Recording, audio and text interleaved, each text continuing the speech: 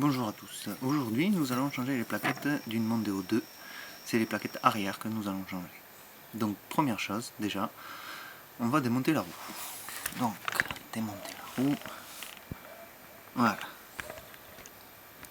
Hop, l'écran anti-vol. Et on démonte la roue.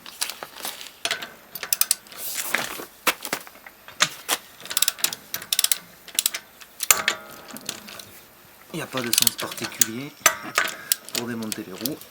Pour démonter les écrous, pardon.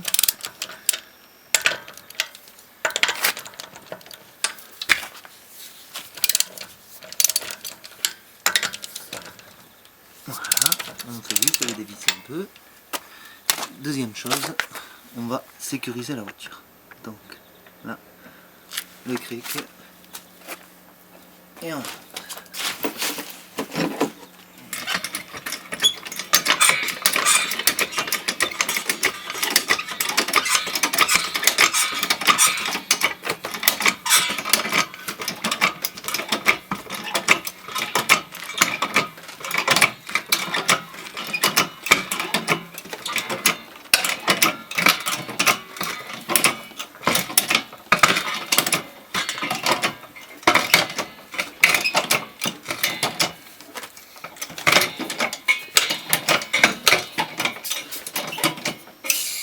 voilà, là je suis à fond.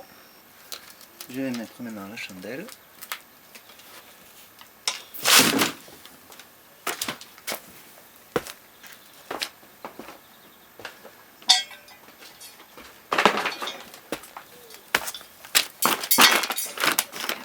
Chandelle.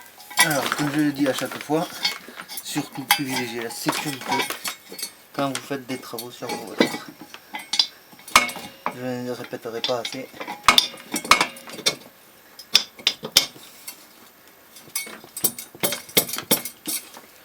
Là, on va aider un peu à rentrer.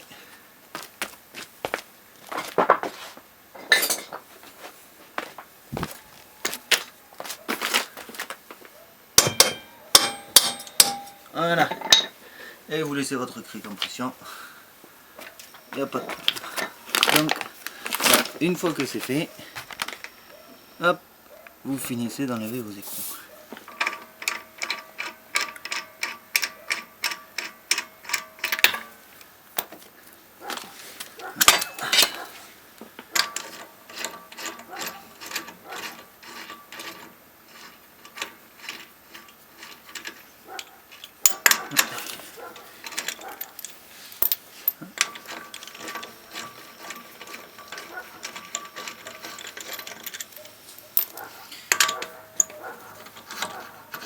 Attention que la roue ne tombe pas quand vous enlevez le dernier. Bien celui-là, donc n'hésitez pas à la maintenir légèrement. Voilà.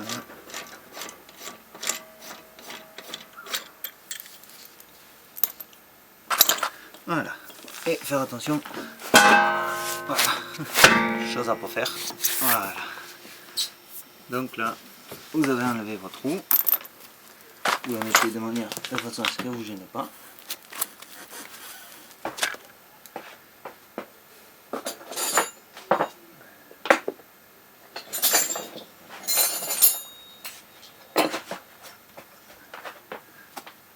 Bien, voilà, une fois que vous avez enlevé votre roue, il vous faut une douille de 13 pour enlever les écrous qu'il y a là et là.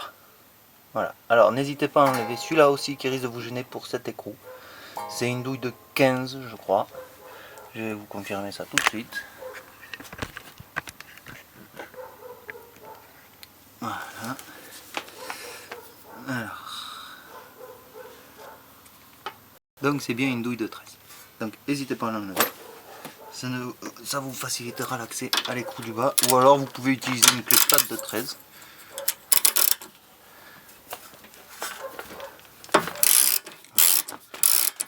Affolez pas, ça risque à rien si vous le démontez ou vous le remontez. C'est juste pour faciliter. Quand on fait la mécanique, il ne faut pas hésiter à démonter les trucs pour se faciliter la vie.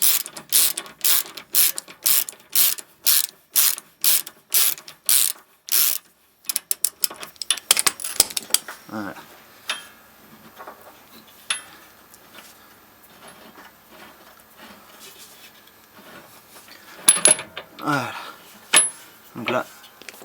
va être beaucoup plus facile. Donc là, vous prenez votre douille de 13 pour démonter vos écrous, là. Voilà.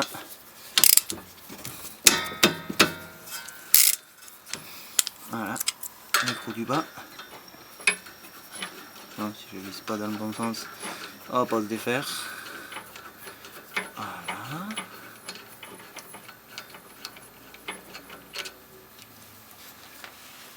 Et maintenant,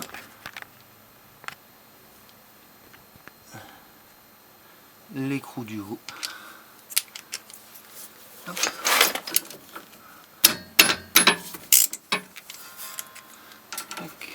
Et voilà.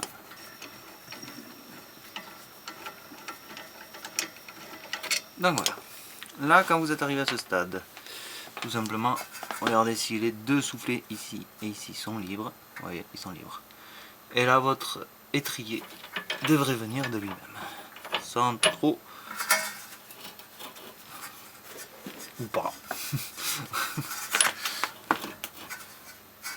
Alors, ouais, pour toucher l'étrier, remettez un coup de vis sur ça là.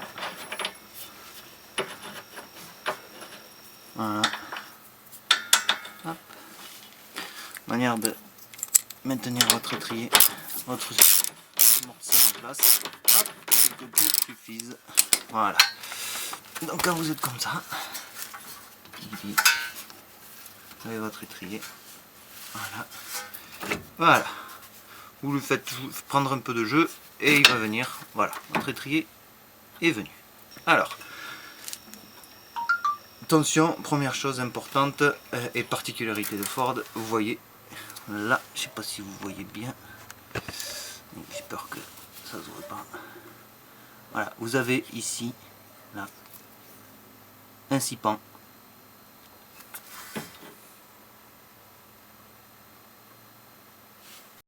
Là voilà, on le voit mieux là. Vous avez un sipan et en fait il faut le visser dans le sens inverse des aiguilles d'une montre pour faire revenir le piston à sa place. Donc moi j'ai pas le sipan qui va avec. Voilà, donc je fais la pince multiprise, vous prenez la pince multiprise, vous la tournez et vous la fixez comme ça. Et vous tournez comme ça, pardon, voilà, dans ce sens, pour revisser votre piston. Alors, autant pour moi, il faut le revisser dans le sens des aiguilles d'une montre. Donc, vous voyez, hop, avec ma pince multiprise, je viens et voilà, je visse. Bien, une fois que vous l'avez revissé, je vais vous montrer. Voilà, ça donne ça. Le piston est au fond à sa place. Voilà. Alors vous allez voir une encoche à l'intérieur. Voilà, l'encoche. Essayez de le mettre dans cette position-là. La grande encoche vers l'avant de l'étrier. Voilà. Comme ça, vous allez voir sur les plaquettes, il y a un ergot. L'ergot vient se loger dedans, en fait. Donc voilà. Ensuite, quand vous avez fait ça, il faut enlever les plaquettes. Les plaquettes, c'est rien de bien compliqué à enlever. Vous prenez un petit tournevis plat de préférence. Voilà, petit tournevis comme ça, hein. Rien d'extraordinaire. Voilà. Et vous essayez de faire sauter tout simplement la plaquette doucement, sans forcer, sans tordre votre tournevis de préférence aussi. Voilà. Ou plus gros, hein, après c'est vous qui voyez. Ah, et pareil de l'autre côté.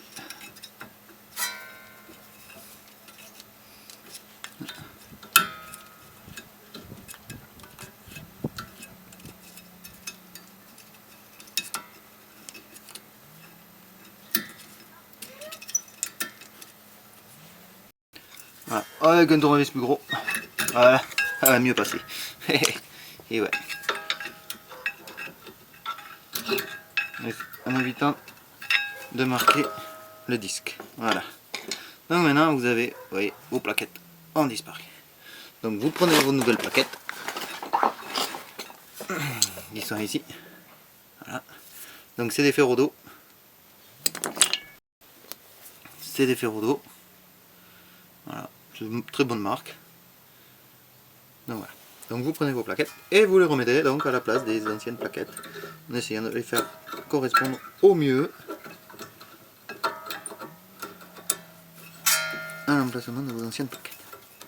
Hop, alors c'est possible qu'il y ait un sens, je pense pas. Si, apparemment il y aurait un sens. Donc hop, le deuxième on va essayer.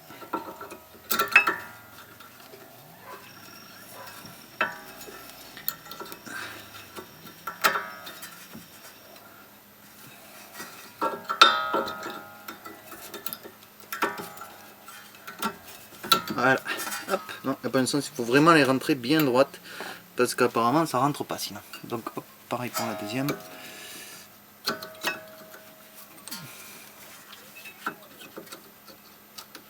Voilà. Et voilà. Donc là, vos plaquettes sont en place. Voilà.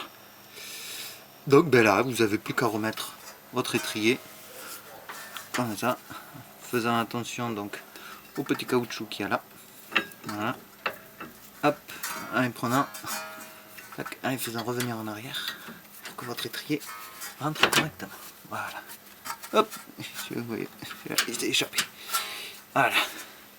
Donc là, vous n'avez plus qu'à remettre. Alors Ferrodo fournit les vis avec ces plaquettes. Voilà, toutes neuves. Mais c'est pas la même goupille, c'est une goupille de 12. Pas de chance. Ils auraient pu fournir une goupille de 13. Apparemment ça leur allait pas à 13. Donc ils ont décidé de mettre du 12. Donc retomber en face, voilà, visser tranquillement. Pour mettre étrier, donc vous faites ça, vous renlevez ça. Hop, voilà.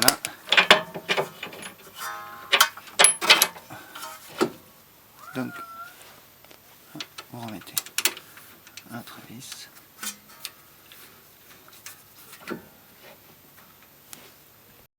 Voilà.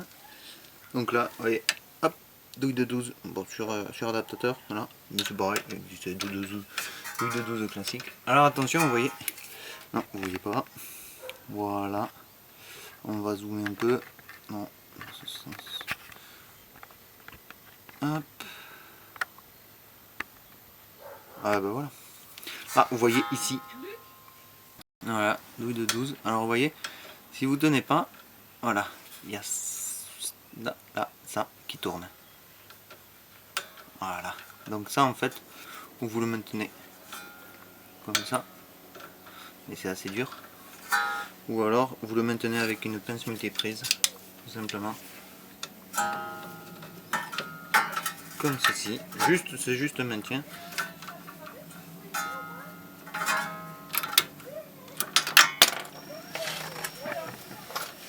Voilà. Et vous vissez. Voilà, jusqu'en buté. Vous le serrez pas, parce qu'on va mettre en place la deuxième. Voilà. Deuxième ici. Même problème sur celle-là, vous voyez. Voilà, vous n'en retourne pas. Voilà. Donc là, vous prenez votre cliquet. Et hop, là vous pouvez serrer.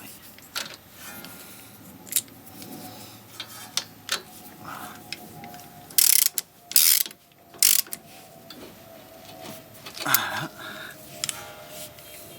Inutile de serrer fort, hein. Ça sert strictement à rien. Donc là, serrage sur celui du haut. Ah, vous voyez, bah, il tourne encore celui-là.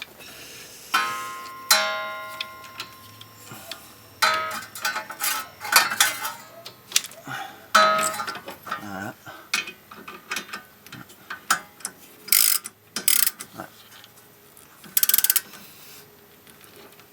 Là, voilà.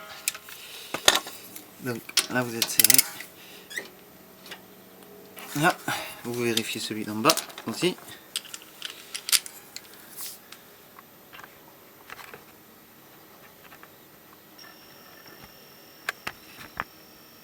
Voilà. Vérifiez celui d'en bas. Voilà. Tac. N'oubliez pas de remettre ceci. Hein, ça peut être utile. Hein.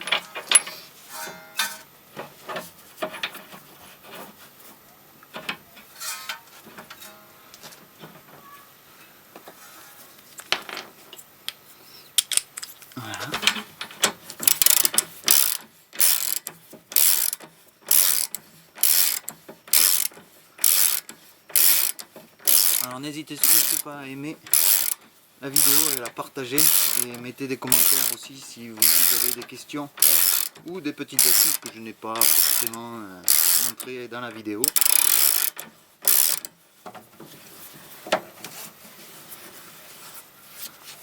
Alors n'hésitez pas à serrer là par contre. Voilà. Donc je disais, n'hésitez pas à aimer la vidéo, à la partager et à commenter la vidéo si vous avez des questions sur ce montage de disque, enfin de plaquettes plus exactement. Et si vous avez des astuces éventuellement ou quelque chose que vous n'avez pas compris sur le détail. Voilà. Alors une chose aussi, n'oubliez surtout pas de desserrer votre frein à main avant de faire ça. Et mettez une vitesse, n'importe laquelle, de préférence la 3 ou la 4 même. Et desserrez votre frein à main, parce que si vous avez votre frein à main desserré, vous ne pourrez pas repousser le piston et même enlever l'étrier tout simplement.